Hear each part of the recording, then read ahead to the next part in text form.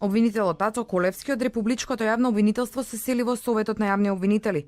Тој беше избран за член на Советот од редот на неговите колеги, а денеска даде свечена изјава пред председателот на Собранието Талат Џафери.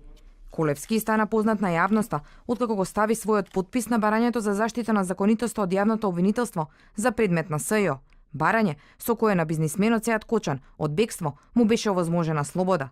За Колевски нема ништо спорно во барањето, кое беше остро критикувано и поради мешањето на обвинителството во работата на специјалното јавно обвинителство.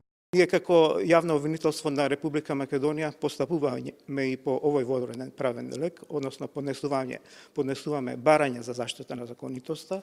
Најчесто баратели на заштита се осудените лица, може да се каже процентуално дека над 95% они ги доставуваат барањата и најчесто барањата од страна на јавното обвинителство се изјавени во нивна корист. Така да и во овој случај е постапено согласно законот и сметам дека барањето е поднесено правилно, а работа е на судот дали ќе го усвои или нема да го усвои.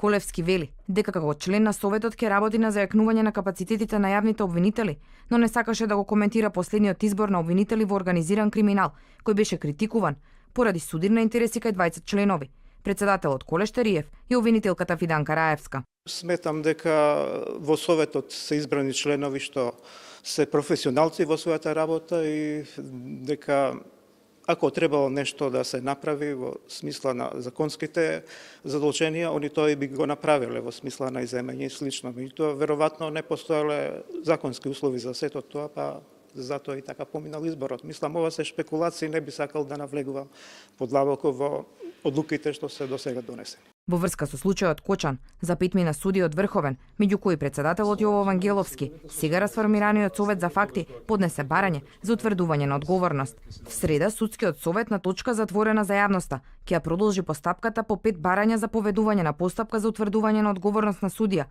и ќе донесе одлука, но оттаму не откриваат дали станува збор за барањето за судиите кои одлучуваа за притворот на Кочан.